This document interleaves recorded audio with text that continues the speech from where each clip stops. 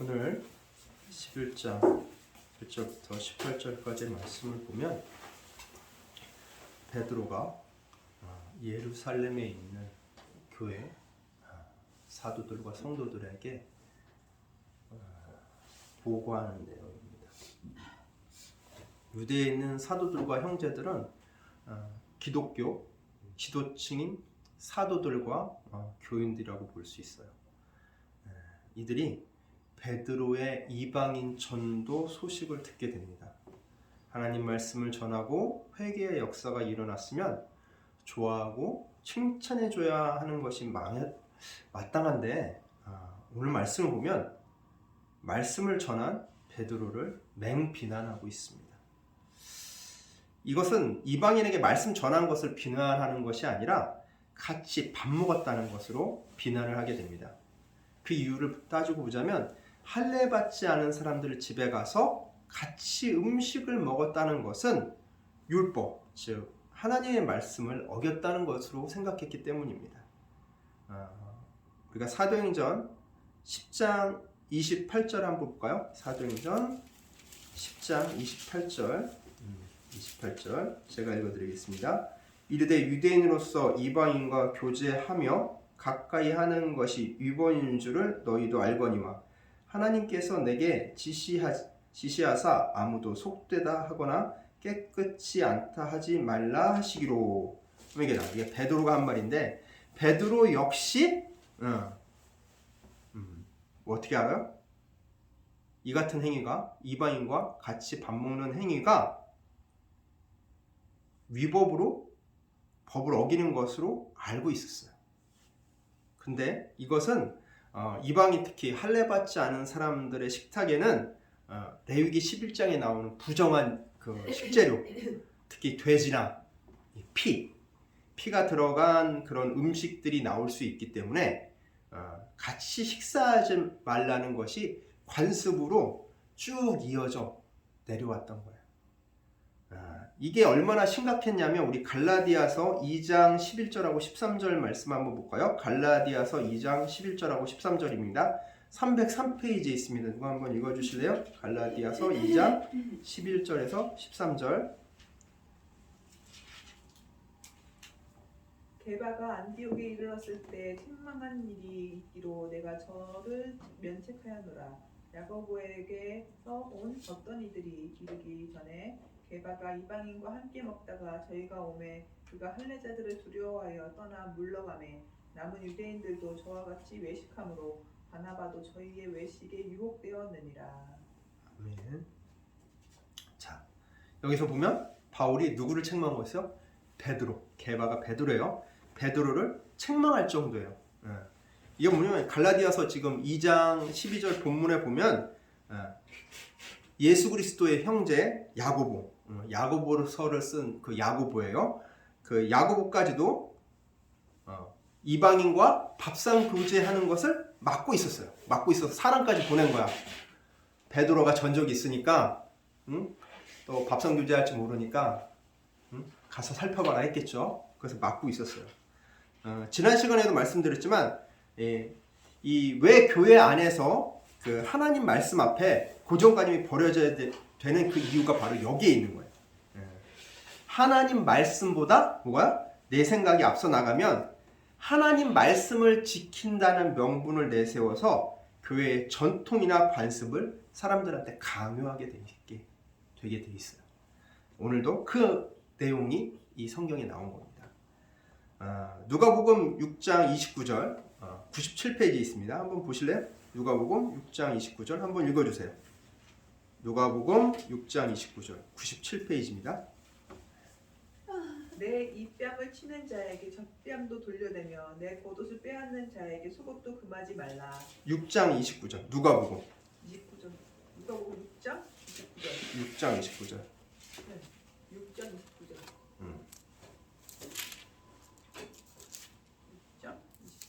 맞는데?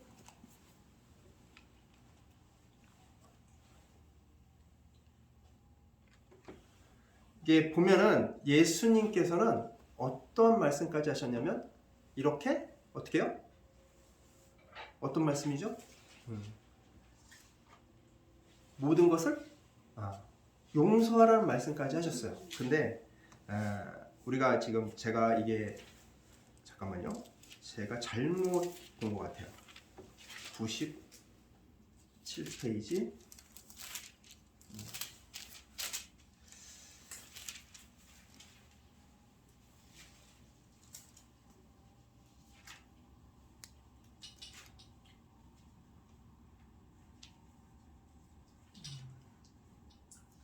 육장이 아니, 제가 잘못 본 거는 육장이 아니라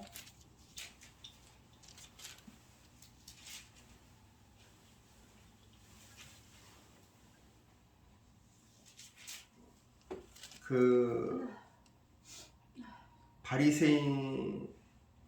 바리새인들이 그 세리들하고 같이 예수님께서 식사하셨다고 5장 5장 29절이에요. 5장 29절. 레위가 예수를 위하여 자기 집에서 큰 잔치를 하니 세리와 다른 사람이 많이 함께 앉았는지라. 아멘. 제가 장을 잘못 봤어요. 이 보면 예수님도 그 당시 죄인으로 여겨졌던 그 세리들하고 같이 식사를 하셨죠. 근데 뭐요? 비난을 했죠. 성경을 제일 잘 안다는 사람들이 비난을 했어요. 이건 마찬가지로 우리 기준은 뭐다? 하나님이 말씀이 되어야 되는데 이 전통이나 이런 관습들이 기준이 되다 보면 그것들이 하나님 말씀을 지키기 위해 이어져 내려온 전통이나 관습인데 이게 하나님 말씀을 덮어버리는 경우가 있어요. 그래서 마치 이걸 지키지 않으면 하나님 말씀을 지키지 않는 듯이 보는 경향이 있기 때문에 이런 것들을 조심해야 된다는 것을 우리는 성경을 통해서 우리는 알 수 있어요. 예수님 역시 이것 때문에 고생을 하신 게 있죠. 그래서 이 마찬가지로 베드로도 이렇게 고생을 했는데 이 이방인들의 식사 문제를 궁지에 몰린 거예요. 베드로 역시 같이 믿는 이 기독교 지도층인 사도들과 교인들에게 그래서 그 앞에서 해명을 하기 시작합니다. 기도 중 환상을 통해 하나님의 명령을 듣게 되고 그 명령을 통해 고넬료를 전도한 얘기를 쭉 해요. 하면서 이 얘기를 듣고 있는 사도들과 성도들은 모두 함께 체험한 그 얘기를 쭉 하는데 이 얘기를 듣고 있는 이제 사도들과 성도들이 이제 함께 체험한 일이 있어요. 그게 뭐냐면 그 사도행전에 보면은 우리가 그 120명이 모여서 이 다락방, 마가의 다락방 뭐 얘기하는데 사실 마가라고 나오잖아요. 이게 사도행전 1장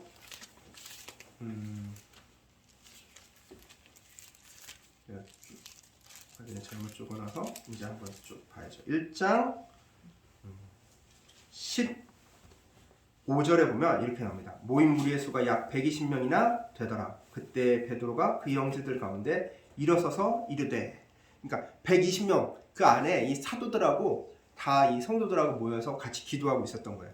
근데 이 다락방에서 기도하고 있었는데 그때 뭐가 내려와요? 성령님이 내려오시죠. 성령 임재 사건을 저희들이 겪게 돼요. 그 같이 겪었던 성령 임재 사건을 언급을 해요. 야, 우리가 그때 성령을 받았을 때 기억나지? 그거랑 똑같은 일이 내가 이방인들을 전도하는 와중에 일어났어. 어떤 일이냐면 그때의 기록을 보면 뭐냐면 그 10장에 나오죠. 10장 44절에 이 말씀들은 이 고넬료 일행들이 어떻게 돼요?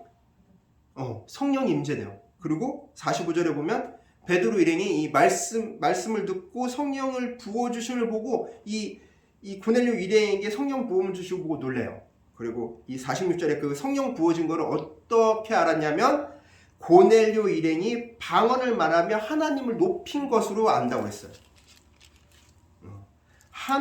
방언을 말하면서 하나님을 높인 것을 통해서 이 사건을 통해서 우리는 어떻게 알 수 있냐면 11장 16절에 보면 이렇게 나와요. 내가 주의 말씀에 요한은 물로 세례를 베풀었으나 너희는 성령으로 세례를 받으려 하신 것이 생각나노라. 이게 어디서 말씀하셨냐면 1장 5절에 이 말씀을 하셨어요. 예수님이 승천하기 전에 이 말씀을 하셨어요. 이게 생각이 난 거예요. 1장 5절에서 하신 말씀을 기억하고 이것은 뭐다? 이 성령은 누가 주신 것이다? 하나님께서 주신 것이다. 즉 뭐냐면 사람이 막을 수 없다는 거예요. 그래서 이건 하나님의 뜻이다. 이방인에게 내가 전도하고 한 것들은 다 하나님의 뜻이고 내가 거기서 밥 먹은 것도 다 하나님의 뜻이다 라고 얘기를 한 거예요. 그걸 들으니까 어떻게 해요? 일행들이 이렇게 해명을 하니까 사도들하고 교인들 모두가 생명을 얻는 회개가 이방인들한테 허락됨을 깨달은 거야. 그 전까지는 어떻게 생각했어요? 이방인들은 그냥 부수적인 거였어요. 누가 구원받는 존재를 생각했어요? 유대인들만 구원받는 존재로 생각했던 거예요. 그 유대인들을 구원받게 하기 위해서 예수 그리스도를 전해야 된다고 생각했는데 이제 생각의 폭이 어때요? 이방인에게도 예수 그리스도를 전해야 된다고 생각을 한 거예요. 이로써 교회는 공식적으로 이방인 전도에 나서게 돼요. 즉 선교사를 파송하는 계기가 되는 거예요. 즉 이것은 뭐냐면 우리 사도행전 1장 8절 한번 볼까요? 사도행전 1장 8절 같이 한번 읽어보겠습니다. 오직 성령이 너희에게 임하시면 너희가 권능을 받고 예루살렘과 온 유대와 사마리아와 땅끝까지 이르러 내 증인이 되리라 하시니라. 아멘. 그래요. 지금 뭐예요? 예루살렘과 온 유대와 사마리아와 땅끝까지. 그 뭐예요? 전 세계에 아울러서 뭐 유대인들이 디아스포라로 전 세계에 흩어져 있는 그것만 생각했던 거야. 누구? 교인들은, 사도들과 교인들이 예수님 이 말을 전했을 때 이방인들에게까지 복음을 전하라는 소리로 듣지 않고 어떻게 해요? 이 전 세계에 흩어진 디아스포라 유대인들에게 그들에게 가서 말씀을 전하라는 것으로 이해했던 거예요. 근데 그 본뜻은 뭐야? 유대인뿐만 아니라 이방인들에게도 뭘 전해라? 복음을 전하라는 거였어요. 생각이 어떻게 해요? 바뀌어지는 계기가 됐던 거예요.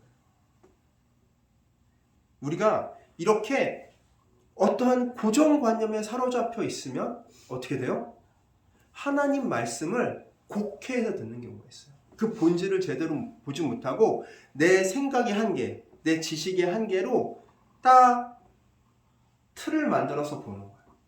그래서 그 틀에서 벗어나면 어떻게 돼요?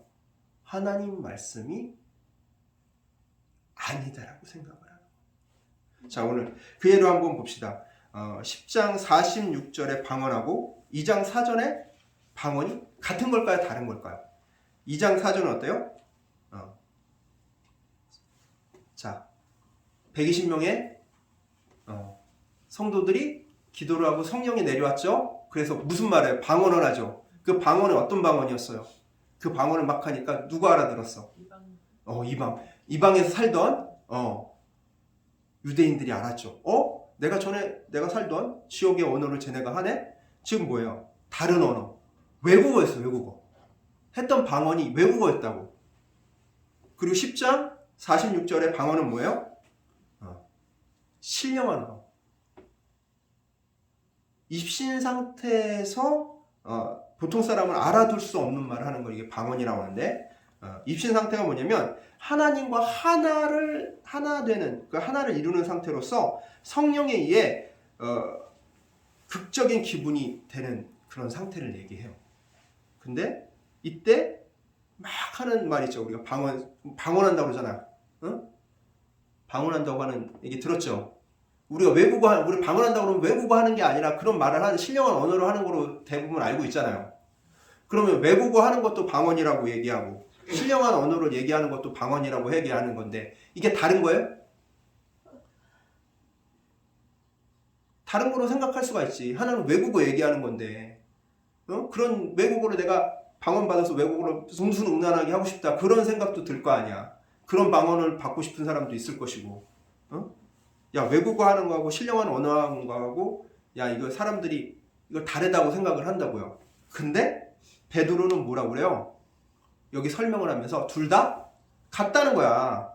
2장 4절에 우리가 경험했던 그 방언이랑 지금 10장 46절에 그 고넬료 일행들이 했던 그 방언이랑 같다는 거예요. 하나는 자기네들이 했던 거는 외국어고 고넬료가 했던 것은 신령한 언어. 알 수 없는 말을 하나님 높인 말을 했는데 이것들을 같다고 보는 것은 무슨 이유일까? 그렇게 한 이유는 성경에 나오는 방언은 잘 들으세요. 성령께서 표현의 능력을 주시는 대로 하는 언어예요. 그 범위 안에 있는 거야. 성령께서 어떻게 해요? 표현의 능력을 주시는 대로 하는 언어니까 그게 외국어가 될 수 있는 거고 신령한 언어가 될 수 있는 거예요. 그게 어디서 나왔다? 성령을 통해서, 성령의 임재를 통해서 나왔다는 게 중요한 거예요. 그래서 우리가 참고로 봐주면 방언은 언제 하느냐? 언제 할 거예요? 방언은 내가 하고 싶을 때 막 하는 거야? 아니에요. 하나님께서 필요하고 여기실 때 주시는 거야. 내 능력에서 나오는 게 방언이 아니라 뭐 무슨 방언학교 가면 막 그러면서 하라고 막 가르치잖아. 하면은 이게 방언 된다고. 그거 계속 연습시키는 데도 있어요. 근데 그거는 거짓된 거야. 내 스스로 내 안에 있는 것이 나오는 것이 아니라 어때요? 하나님께서 성령님을 통해 나에게 부어주심으로써 나오는 자연스러운 현상이란 말이에요. 그러면은 이 자연스러운 현상에는 특별히 세 가지 특징을 보여. 첫 번째가 뭐냐면 하나님의 사랑이 충만했을 때 나와요. 그 두 번째, 예고도 없이 나도 모르게 나와. 갑자기 내가 뭐 이렇게 방언해야지 하고서 나오는 것이 아니라 갑자기 나한테 이 성령의 임재가 일어나면서 그 방언이 술술술술 막 나오는 거야. 나도 모르게. 그 세 번째 보면 대체로 황홀경에 빠져서 나와요. 황홀경 안에 있기 때문에 주변 상황에 상관없이 영향 없이 막 하게 돼. 주변이 어떤 상황이냐 그런 것을 따지지 않고 막 나온다고. 어떤 때는 야 사람들 많은데 그렇게 하면 안 돼 하면서 막 그 못하게 막 막는 데도 있어요. 근데 그것은 사실은 옳지 못한. 왜? 성령님께서 필요하다고 그 사람에게 필요하다고 생각했기 때문에 부어주시는 거거든. 그 부어주시는 건데 그 부어주시는 것을 임의로 막아서는 안 된다는 거야. 하나님께서 부어주시는 것을 인간의 생각과 인간의 지혜로 막으면 안 된다는 거예요. 오늘 말씀의 가장 중요한 부분이 거기에 있는 거예요. 우리는 교회의 전통이다. 교회의 관습이다. 교회에서는 그런 행동을 하면 안 돼. 교회에서는 그렇게 하면 안 돼. 하면서 막는 경우가 있어. 가장 큰 예 중에 하나가 뭐냐면 새벽 기도 중에 갑자기 방언이 터지는 사람이 있어요. 막 방언을 가면 가가지고 주위에 가서 어떻게 돼요? 시끄럽게 여기서 이러면 안 된다고. 응? 막 못하게 막 입을 막든지 아니면 데리고 나가. 이거 목사님이 체험을 한 거야. 경험을 했어. 그렇게 한단 말이야. 왜? 많은 사람들이 공공으로 지금 기도 드리는 장소에 시끄럽다 이거야. 시끄럽다 이거야. 그리고 어떤 얘기가 있었냐면 방언하는 중에 막 방언을 하다가 권면을 하는 경우가 있어요. 예언을 하는 경우도 있고 그렇게 하면 안 된다라고 강하게 질책하는 경우가 있단 말이에요. 어떤 특정 대상을 놔두고. 그게 목사님인 경우에는 아주 난리가 나요. 갑자기 이제 목사님 그렇게 이제 목사님의 그 잘못된 부분을 막 이제 방언하다 그 얘기를 하면서 목사님 그렇게 하면 안 된다고 막 얘기를 하는데 그러면은 갑자기 이제 주변에서 일어나서 목사님도 뛰어와가지고 입을 막고 왜요? 귀신 들렸다고 그러지. 그러면서 안 좋은 방향으로 몰아가는 경우가 있어요. 이것도 어때요? 잘못된 거예요. 왜? 하나님은 권위의 하나님이기 때문에 질서의 하나님이기 때문에 절대 그런 식으로 하지 않는다고 얘기를 하는 거예요. 그건 어때요? 누구를 위한 권위야? 하나님을 위한 권위냐? 자기 신을 위한 권위야? 자신의 권위를 지키기 위해서 그렇게 말할 수도 있는 거예요. 근데 정말 깨어있는 목회자라면 그 권면을 들어야 돼. 잘못됐다는 거야. 하나님께서는 그렇게라도 알려주셔. 그리고 그 잘못된 것을 받아들이고 어떻게 해요? 정말 내가 문제점이 무엇인가? 그러고 나서 그 자리에서 바로 서라는 거야. 목사님의 권위를 낮추려고 하는 게 아니라 목사님의 권위는 이 강단에 섰을 때 하나님의 권위에 뒤입어서 나오는 거예요. 예배 시간에 일어나는 거예요. 이렇게 말씀을 전할 때. 같이 기도할 때는 같이 일반 성도나 목사나 똑같아. 이 강단에 섰을 때만 그 권위가 서는 거야. 그리고 하나님 말씀을 전할 때 그 말씀에 힘입어서 권위가 서는 거예요. 우리 자체는 다 똑같아. 하나님 앞에서 하나란 말이에요. 지체랑. 누가 높고 낮음이 없어요. 그러나 여기서 말씀을 전할 때는 그 말씀의 권위에 힘입어서 권위가 있는 거예요. 말씀의 권위가. 인간 자체에 있는 것이 아니라 그 말씀 자체에 있다는 거죠. 근데 잘못 우리가 생각하면은 말씀 자체가 아니라 인간 자체에 있는 거라서 마치 장로가 권위가 많고 그 밑에는 권사고 그 밑에는 집사고 그 밑에는 일반 성도고 이렇게 층층층층 시야에서 직급에 따라서 그 권위가 있는 것처럼 얘기하는데 그건 세상이야.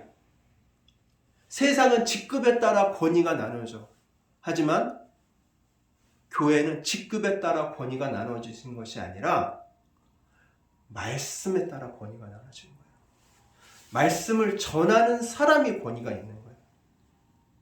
그 말씀 앞에 다 뭐예요? 평등한 거예요. 똑같은 거예요. 왜? 말씀은 그건 뭐예요? 하나님이시기 때문에 그래요. 우리는 잘 생각해야 돼. 무엇이 본질인지. 그렇기 때문에 우리가 바라보는 본질은 뭐여야 돼? 말씀이어야 되는 거예요. 그래서 말씀의 본질을 우리의 뭘로 삼아야 된다? 기준으로 삼아야 되는 거예요. 나의 기준은 뭐가 돼야 돼? 말씀. 내가 존경하는 사람이 우리는 위인전 이래가지고 내가 존경하는 사람이 나의 기준으로 삼는 경우가 있잖아요. 이건 세상 기준이야. 우리는 뭐가 돼야 돼? 말씀이 기준이 돼야 돼. 예수님도 항상 뭐라고 했어요? 말씀 앞에 자기는 뒤로 섰어. 항상 예수님이 일하시면서 누구를 내세웠어요? 하나님 내세웠어. 왜 하나님을 내세웠을까? 하나님의 말씀을 내세운 거예요. 본인이 하나님의 아들이어도 인간으로 내려와서 사람들에게 어떤 본을 보여줘? 내 지위를 보지 말고 내 능력을 보지 말고 뭘 보라? 하나님의 말씀을 먼저 보라는 거예요. 우리는 그 사람의 능력과 지위와 그 배경을 먼저 봐요. 그리고 나서 그 사람 말이 믿을 만한 것인가 안 믿을 만한 것인가 결정을 한다고. 근데 우리 그리스도인은 그 결정보다 더 우선시 돼야 될 게 있어. 그건 뭐야? 하나님 말씀에 부합한가 아닌가. 이것이 하나님 말씀에 부합하다면 우리는 믿고 나고 따라야 되는 거고, 아무리 나한테 도움을 주는 사람이라도 그 사람 말이 하나님 말씀과 반하면, 반대된다면 따라야 돼 안 따라야 돼? 따르지 말아야 돼. 그게 나한테 세상적으로 어떠한 이익을 가져오더라도 그것을 과감하게 포기할 수 있어야 그리스도인이 되는 거예요. 사탄은 우리에게 항상 유혹의 손길을 뻗쳐요. 어떻게 유혹의 손길을 뻗쳐? 하나님 아닌 것을 선택을 하면 우리가 더 큰 이익을 볼 수 있을 것처럼. 우린 거기에 절대 속으면 안 돼. 하나님을 따라 사는 것이 바로 내 눈앞에 보기엔 손해인 것 같지만 그것이 나한테는 진정 이익이라는 것을 늘 가슴에 새기며 살아가길 원합니다. 기도하겠습니다. 하나님 아버지 감사합니다. 하나님 아버지, 주님의 뜻을 인간인 우리가 어찌 막을 수 있겠습니까? 우리의 좁은 소견으로 하나님의 뜻을 거스리지 않도록 지혜와 총명을 저희한테 허락해 주시기 원합니다.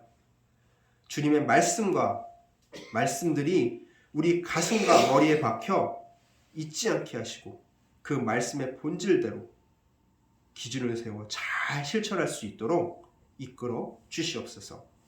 감사드리며 우리 주 예수 그리스도의 이름으로 기도드리옵나이다. 아멘.